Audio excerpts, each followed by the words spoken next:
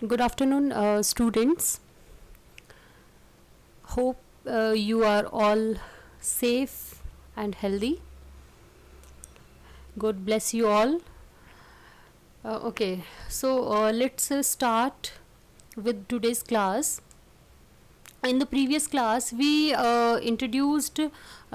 talked about the Green Revolution, the new agricultural strategy, or we can say the technical reforms, okay, introduced in 1965 in India. In the previous class we also covered the reasons why was it implemented, क्या ज़रूरत थी government को green revolution को introduce करने की, technical reforms introduce करने की, ठीक है। और फिर हमने उसके फीचर्स किए थे कि उसके फीचर्स क्या हैं, पैकेज क्या है उसका, all these things we already have discussed in the previous class. So in today's class we are going to study the critical evaluation of green revolution. So student, you must know what does it mean, critical evaluation. Critical evaluation means you have to give both sides of that particular phenomena, okay, like success, failures, positive, negative, ठीक है। ये कहने का मतलब है कि green revolution India में आया है, न्यू एग्रीकल्चर स्ट्रैटेजी को इंडिया में फॉलो किया गया है, तो उसका जो है वो इंडियन इकोनॉमी के ऊपर, इंडिया के ऊपर, इंडियन फार्मर्स के ऊपर उसका क्या पॉजिटिव इम्पैक्ट हुआ है और क्या उसका नेगेटिव इम्पैक्ट हुआ है, इसके बारे में जो है हम आज की क्लास में स्टडी करेंगे, ठीक है। So at the end of the class you will be able to understand what are the success and what are the failures of green revolution. So let's start with the success of green revolution today. Yes, success of green revolution is as follows, ठीक है। rise in production and productivity with the help of green revolution package, ठीक है। और package में क्या था हमारा, inputs थे different kinds like pesticides, chemicals, fertilizers, ठीक है, इरिगेशंस, ठीक है, और HYV सीड्स, इन सब का जो पैकेज था, जब उस पैकेज को एक पर्टिकुलर पीस ऑफ लैंड पे अप्लाई किया गया तो जो प्रोडक्शन था वो इंक्रीज हुआ, प्रोडक्टिविटी इंक्रीज हुई। ऑब्वियसली प्रोडक्टिविटी इंक्रीज होती है तो automatically it leads to increase in the production as well, ठीक है। As you can see from the table here, production of wheat in 65-66 was 11.1 million tons only, and in 2012-13 it became 95.8 million tons, ठीक है ना, इस तरह से। तो rice का प्रोडक्शन भी आप देख लीजिए 35.1 and in 12-13 it was 106.3. Coarse cereals 26.1 in 65 and 66, and in 2012 and 13 it was 42.7. अगर हम इसको एक उसमें देखें कि how many times it increased, है ना, वीट हमारा अप्रोक्सीमेटली जो है वो 9 टाइम्स जो है वो इंक्रीज हुआ है, ठीक है ना। राइस में जो है वो मतलब कि ऑलमोस्ट 3 टाइम्स, कोरस सीरियल्स जो है वो इवन लेस देन 1 टाइम जो है वो इंक्रीज हुआ है, तो लेस देन 2 टाइम्स इंक्रीज हुआ है। तो कहने का मतलब है कि ज़्यादा जो प्रोग्रेस थी, है ना, जैसा हमने इंट्रोडक्शन में भी देखा, पढ़ा था, हमने डिस्कस किया था कि जो ज़्यादा जो बेस्ट रिजल्ट आए थे वो वीट की प्रोडक्शन में आए थे, है ना। वीट की प्रोडक्शन में ज़्यादा अच्छे रिजल्ट देखने को मिले थे। That is why the green revolution is also known as the wheat revolution, okay. Yes, now the second one is increase in income, ठीक है।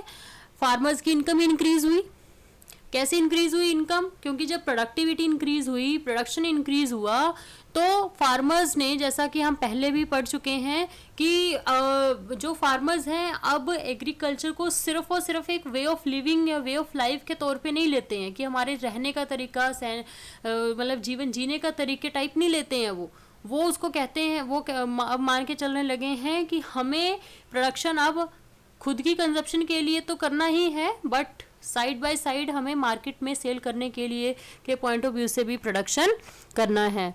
तो इस तरह से जो फार्मर्स की इनकम है वो इंक्रीज हुई है। जनरली इसका जो अच्छा रिजल्ट था, जो ज़्यादा पॉजिटिव रिजल्ट देखने को मिला ग्रीन रेवोल्यूशन का, वो पंजाब, हरियाणा, वेस्टर्न यूपी और आंध्र प्रदेश जैसी स्टेट्स में देखने को मिला। और वहाँ के फार्मर्स की जो इनकम थी बहुत शार्पली, बहुत तेज़ी से जो है वो बढ़ी थी, जिसकी वजह से वहाँ पर रूरल पॉवर्टी को रिमूव करने में, कम करने में बहुत हेल्प मिली। ठीक है। Third number is rise in commercial farming. ठीक है। Farming is not the way of life only for the farmers now. अब वो इसको अपना जीने का तरीका ही नहीं लेते हैं। It has become a commercial activity also. वो अनाज मंडी में जाके जो है वो अपने अनाज को सेल आउट करते हैं, जिसको हम मार्केटेड सरप्लस बोलते हैं। वहाँ पे उसको वो मार्केट करते हैं, अपना इनकम अर्न करते हैं। और गवर्नमेंट, कल की क्लास में मैंने आपको बताया था, there is a minimum support price. ठीक है। Before the sowing season government announces the price for particular crop, कि जब आपकी क्रॉप ये हार्वेस्ट होगी नेक्स्ट उसमें ईयर में, तो आपको जो है वो मिनिमम इतना अपना प्रोड्यूस के लिए मिलेगा। तो उससे क्या है कि एक एनकरेजमेंट मिलता है, एक इंसेंटिव मिलता है फार्मर्स को, और वो अच्छे से अपनी क्रॉप्स को उगाते हैं और सेल्फ कंजप्शन के लिए भी रखते हैं, साथ में उसको सेल भी करते हैं मार्केट में। ठीक है। So number 4, impact on social revolution.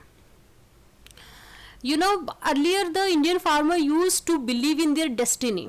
वो अपने भाग्य में विश्वास रखते थे। वो जो है वो ये सोचते थे कि अगर हमारी किस्मत में अच्छी प्रोडक्शन लिखी होगी, अच्छी उत्पादन लिखा होगा, क्रॉप अच्छी हो, फसल अच्छी होना होगा हमारे भाग्य में, तो इस साल हमें अच्छा प्रोडक्शन मिलेगा, टाइम से बारिश हो जाएगी, टाइम से ये सब हो जाएगा। इस तरह मतलब they used to believe in their destiny only. वो अपने लक में, वो अपनी डेस्टिनी में बिलीव किया करते थे। ठीक है ना, क्रॉप प्रोडक्शन को लेके। बट आज की डेट में अगर हम देखते हैं, ठीक है, तो वो लोग जो है अपनी डेस्टिनी में अब कम बिलीव रखते हैं, and they adopt the new technology और the new methods of production willingly, यानी कि अपनी इच्छा से, voluntarily they adopt the new technology, new methods of production. अब वो एक तरह से साइंटिफिक चीज़ें जो है वो अडॉप्ट करने लगे हैं। अपनी जो ट्रेडिशनल जो उनकी थिंकिंग थी, डेस्टिनी ओरिएंटेड जो थिंकिंग थी उनकी, अब वो जो है वो धीरे धीरे रिमूव ऑफ हो रही है। ठीक है ना, और वो एक नई टेक्नोलॉजी, नए मेथड्स को अडॉप्ट करने के लिए दे आर एवर रेडी। ठीक है। सोशल रेवोल्यूशन हमने इसलिए बोला कि ऑब्वियसली जब तक हम अपने सिर्फ भाग्य में विश्वास रखते रहेंगे और and we are not doing anything to achieve to get those things in our life, तो नथिंग विल हैपन। ठीक है ना। बट अगर हम अपने एफर्ट्स भी करते रहेंगे तो डेफिनेटली जो है result would be very positive, fruitful. ठीक है। तो इस तरह से, इसलिए इसको सोशल रेवोल्यूशन कहा गया। Point 5, increase in employment. Green revolution से साइंटिफिक क्रॉप रोटेशन प्रैक्टिस में आई है। ठीक है। साइंटिफिक क्रॉप रोटेशन मतलब पहले जो है वो मोनोक्रॉपिंग सिस्टम को फॉलो करते थे। मोनोक्रॉपिंग, मोनो मतलब सिंगल क्रॉप को ही उगाते थे वो, और उससे क्या होता था, बार बार उसी क्रॉप को उगाते रहना पूरे साल भर जैसे, तो उससे क्या था, जो सोइल फर्टिलिटी थी वो डाउन हो जा रही थी, है ना। But as per green revolution package, scientific crop rotation must be there. कहने का मतलब मोनोक्रॉपिंग से आप मल्टीपल क्रॉपिंग सिस्टम की तरफ जाएंगे, यानी कि आप एक ही क्रॉप को उस पीस ऑफ लैंड पे बार बार नहीं उगाएंगे। आप एक क्रॉप आपने उगा ली, उसके बाद जब दूसरा सीजन आया तो उसकी दूसरी सीजन की आप क्रॉप उगाएंगे, तो it leads to the increase और maintenance of the soil fertility. और जब फर्टिलिटी मेंटेन रहेगी तो प्रोडक्शन भी जो है वो इंक्रीज होगा। ठीक है ना। यस। तो इससे क्या हुआ है कि जो सीजनल अनएम्प्लॉयमेंट देखने को मिलता था हमें एग्रीकल्चर सेक्टर में, वो काफ़ी हद तक अब जो है वो प्रॉब्लम सॉल्व हो गई है, which has help to get rid of the problem of seasonal unemployment. Seasonal unemployment, you must be knowing the meaning. Seasonal unemployment as the name suggest कि एक पर्टिकुलर सीजन के बाद जो है वो उन फार्मर्स लोगों के पास कोई काम नहीं होता था करने के लिए। जैसे गेहूं है ना, अक्टूबर में गेहूं की फसल बीज बोया और अप्रैल में उसको काट दिया। इन बिटवीन अगर कोई काम नहीं है तो दे आर अनएम्प्लॉयड, है ना, और after that they are unemployed, तो this is known as seasonal unemployment. इस तरह से फिर जो है वो एम्प्लॉयमेंट इंक्रीज हुआ है। और अगर इसको हम दूसरे वे से देखें तो ये है कि एग्रीकल्चर सेक्टर में मैकेनाइजेशन हुआ है, एग्रीकल्चर का मशीन्स का यूज़ हुआ है। अब मशीन्स का यूज़ हुआ है तो डेफिनेटली मशीन्स को बनाना पड़ेगा और जो अदर रिलेटेड इक्विपमेंट्स हैं उनको बनाना पड़ेगा। अब जब उनको बनाना है, हैवी इंडस्ट्रीज़ क्रिएट होंगी तो वहाँ पे लोगों को जो है वो एम्प्लॉयमेंट अपॉर्चुनिटीज़ मिलेंगी। तो इस तरह से जो है वो ग्रीन रेवोल्यूशन ने एम्प्लॉयमेंट को इंक्रीज़ किया है। So students, this is all about the success of green revolution. I hope you would have got the concept properly. Very easy, very interesting one. Now the next one is failure of green revolution. ठीक है, failures of green revolution. Number 1, as we study in our introduction part, it was restricted to limited crops and areas. Initially जो green revolution था वो limited crops, जो कि 5 crops थी, और areas वो एक पर्टिकुलर एरिया तक ही लिमिटेड था, यानी कि it was not seen the entire India. ये पूरे इंडिया में इसको जो है वो नहीं मतलब एक्सपीरियंस किया गया ग्रीन रेवोल्यूशन को, ठीक है ना। तो शुरुआत की हमारी कुछ states like Punjab, Haryana, western UP, Andhra Pradesh, ठीक है, यहाँ पे इसने अपना अच्छा रिजल्ट दिखाया। और क्रॉप्स की बात करें तो वीट, राइस, जवार, बाजरा और मेज़ में इसने अच्छा रिजल्ट दिखाया, ठीक है ना। तो it is a drawback of green revolution. Next है पार्शियल रिमूवल ऑफ पॉवर्टी। अब जो हमारे पुअरर फार्मर्स हैं, पार्शियल का मतलब है आंशिक रूप से, है ना, मतलब फुली नहीं, मतलब कुछ ही इसने जो है वो पॉवर्टी को रिमूव किया है। The poorer farmers were left out of the benefits for the lack of credit and finance. ठीक है, जो poorer farmers हैं उनको वो proper benefits नहीं मिल पाए, ठीक है ना। क्यों नहीं मिल पाए? Due to lack of credit and finance facilities. Obviously जो poor farmers हैं, अगर जब उनके पास पैसा ही नहीं होगा, then how will they purchase the package of the green revolution, of the new agriculture strategy, है ना। पैकेज में क्या क्या था? HYV सीड्स कैसे परचेज करेंगे वो, chemicals, fertilizers, pesticides, irrigation facilities, ये सब कैसे वो परचेज करेंगे। जब वो परचेज नहीं करेंगे तो they will not be able to experience the benefits of the green revolution. तो जिसकी वजह से जो पुअर कल्टिवेटर्स थे, क्योंकि रिच जो है वो पहले से जिनके पास पैसा था, they were able to avail the green revolution opportunity, but those who were not able to avail the green revolution package opportunity, then the widespread unrest created, है ना। उसे उनके अंदर एक बेचैनी फैल गई कि जो पहले से जिनके पास पैसा था they are becoming more rich, और जो पुअर थे वो जो है वो धीरे धीरे और भी पुअर बन गए, ठीक है। तो पुअर कल्टिवेटर्स इसमें अनरेस्ट क्रिएट हुआ उनमें। नेक्स्ट है नेग्लेक्ट ऑफ लैंड रिफॉर्म्स। अब बच्चे जो ये टेक्निकल रिफॉर्म्स हुए और जो इंस्टीट्यूशनल रिफॉर्म्स हुए, दोनों के बीच में गैप बहुत कम था। 1960 में हमारे लैंड रिफॉर्म्स आ गए, है ना, और फिर 65 में जो है वो ये जब हमें फूड ग्रेन्स की जो है वो कमी लगने लगी तो नीड फील हुई कि भाई अब ग्रीन रेवोल्यूशन या न्यू एग्रीकल्चर स्ट्रैटेजी को फॉलो करने की ज़रूरत है, हमें फूड ग्रेन में सेल्फ सफिशिएंसी हमें चाहिए। तो इस तरह से क्या हुआ कि दोनों के रिफॉर्म्स के जो लॉन्च होने के पीरियड में बहुत कम गैप था, और इससे क्या हुआ, लैंड रिफॉर्म्स नेग्लेक्ट हो गए, है ना। उनका जो प्रॉपर इम्प्लीमेंटेशन जो होना चाहिए था, कंसोलिडेशन होना या सीलिंग ऑफ लैंड होना, ये सब जो है वो बीच में ही जो है वो रह गया, ठीक है। ऑनेस्ट इम्प्लीमेंटेशन जो होना चाहिए था वो नहीं हुआ, क्योंकि ग्रीन रेवोल्यूशन अपना अच्छा रिजल्ट दिखा रहा था, तो पूरा ध्यान जो है वो लैंड रिफॉर्म से हटके वो ग्रीन रेवोल्यूशन की तरफ डाइवर्ट हो गया, ठीक है ना। Yes, next increase in unemployment. अब आप सोच रहे होंगे कि सक्सेस में तो हमने एम्प्लॉयमेंट किया है, अब अनएम्प्लॉयमेंट कैसे इंक्रीज कर रहा है। देखो बच्चे, अगर एम्प्लॉयमेंट क्रिएट हुआ है ग्रीन रेवोल्यूशन से, तो उससे कहीं ज़्यादा हम कह सकते हैं अनएम्प्लॉयमेंट क्रिएट हुआ है. Unemployment for those labour who use to earn their livelihood by doing the work as a tenants, है ना, or by doing the work on the piece of land only. Machinery का use हो रहा है, mechanisation of agriculture हो रहा है. तो जहाँ पे हमारे यहाँ पे 10 लेबर काम किया करती थी, गेहूँ काटने का काम, है ना, और चावल राइस जो होता है पैडी को काटने का काम, जो भी है उसका पूरा शुरू से लेके एंड तक का जो प्रोसेस है, उसमें जो लेबर पार्टिसिपेट किया करती थी, अब उनकी जगह जो है वो मशीन ने ले ली है. अब आप खुद सोचिए, 10 लोगों का काम एक मशीन कर रही है और उस मशीन को ऑपरेट करने के लिए एक लेबर की ज़रूरत है. तो एक तरह से 9 of the people are now unemployed.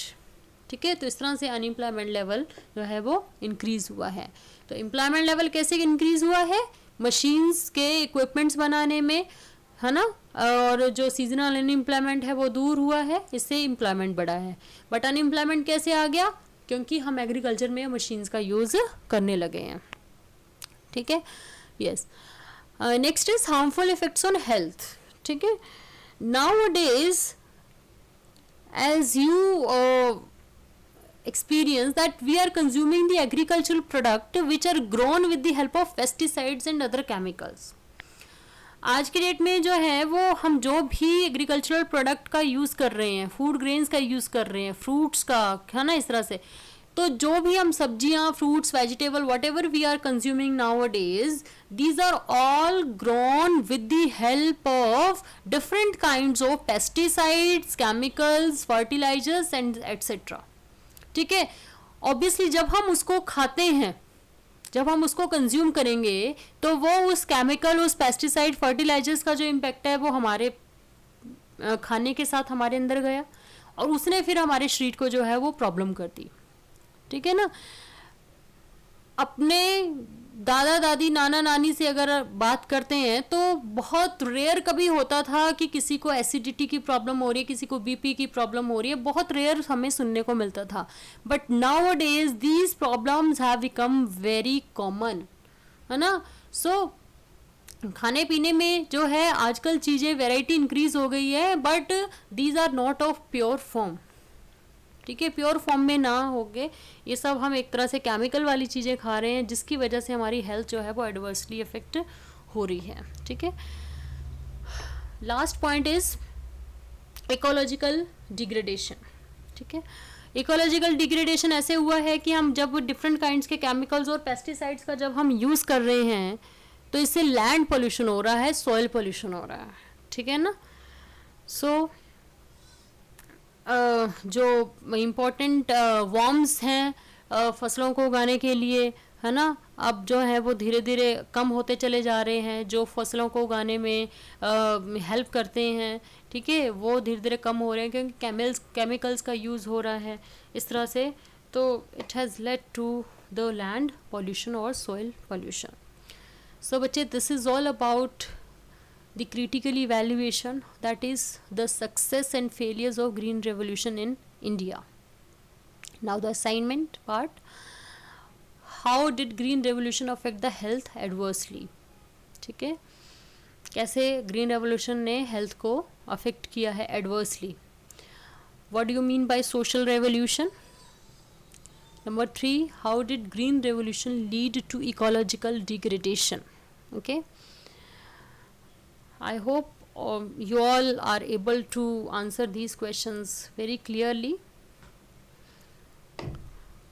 Now question carrying 4 marks. Green revolution has resulted in increase in the employment as well as unemployment in the country. Defend or refute the statement. Green revolution से employment भी increase हुआ है और unemployment भी increase हुआ है country में. आपने इस स्टेटमेंट को डिफेंड करना है या रिफ्यूट करना है. कहने का मतलब कि ये स्टेटमेंट जो है ये सही है या फिर गलत है, आप उसको पहले बताएंगे कि आप इसके फेवर में हैं या फिर आप इसको खंडित करते हैं, इसका रिफ्यूट करते हैं, और फिर अपना जो है वो आप एक्सप्लेनेशन देंगे किस तरह से है. ठीक है ना, 4 मार्क्स के according. Question number 5 for 6 marks. Critically evaluate the new agriculture strategy introduced in 1965 in India. ठीक है बच्चे, जो मैंने क्लास में आपको अभी करवाया है, if you think that more points can be added on, ठीक है, अगर और पॉइंट्स ऐड कर सकते हो आप अपनी नॉलेज से, ठीक है ना, डिफरेंट सोर्सेज और का यूज़ करके, ठीक है, तो आप उसमें ऐड ऑन कर सकते हो. You are most welcome for that. It will enhance your knowledge about the concept. Okay, and I will definitely appreciate those things. Okay, okay, thank you so much. Happy learning to all. Stay safe.